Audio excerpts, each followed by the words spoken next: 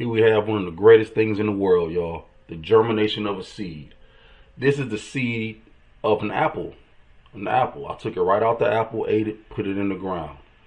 Now, if you're a smart farmer, you want to plant a multitude of seeds because you know that 25 to 30% of your seeds aren't going to sprout.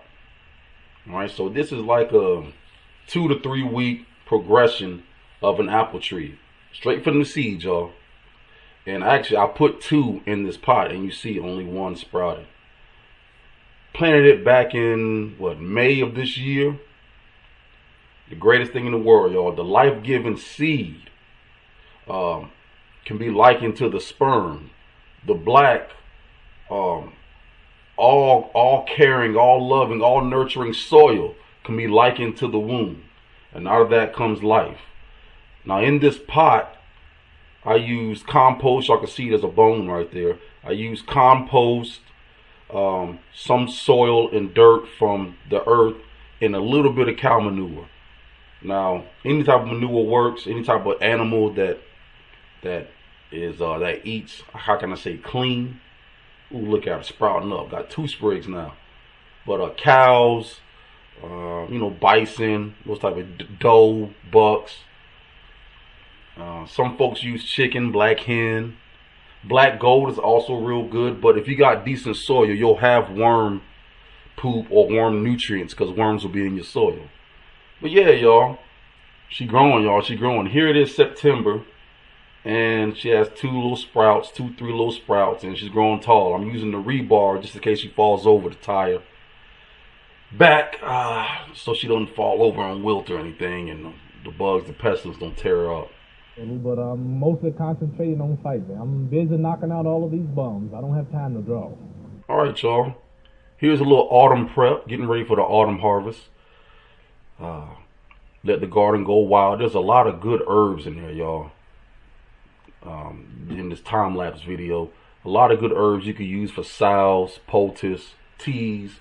I had dill in there, alligator weed, diamond flower, snake weed. Even had a camphor herb in there. Had camphor, poke salad. For all y'all to know about the old school poke salad, what other wild herbs was in there? Some of them I compost, some of them I use, dried them out, did my thing with the mortar and pestle, but that'll be later in the future. I'll get in the building with y'all about that. Yeah, but there was a lot of good wild herbs, y'all, that were edible and that can be used medicinally, or be drinking, or used as a homeopath or whatever. But we're basically just clearing it out, getting ready for the autumn harvest, for the autumn crop. Now, there's a lot of good crops you can grow in autumn, depending on your location, where you're at in the country, in the world, but I'm here in the American South, the American Southeast to be exact. So in the autumn, you can grow a lot of good stuff, y'all. Yeah, so you done cleared it out. Now we getting the dirt. Getting the dirt, about to liven up the dirt with some compost, with some fertilizer, with some black cow. About to make my rolls, get my shovel, get my hoe on, then get my rake on, get my pickaxe, my mattocks on. But yeah, but in the autumn, there's a lot of good stuff you can grow in the South, in the SEC and Dixieland.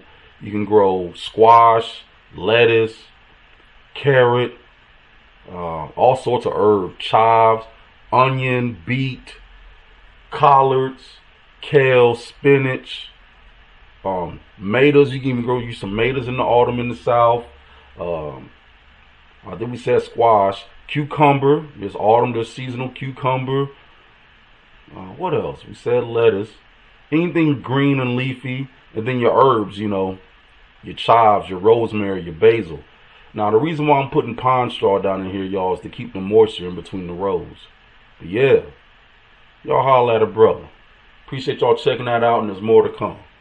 Love and peace.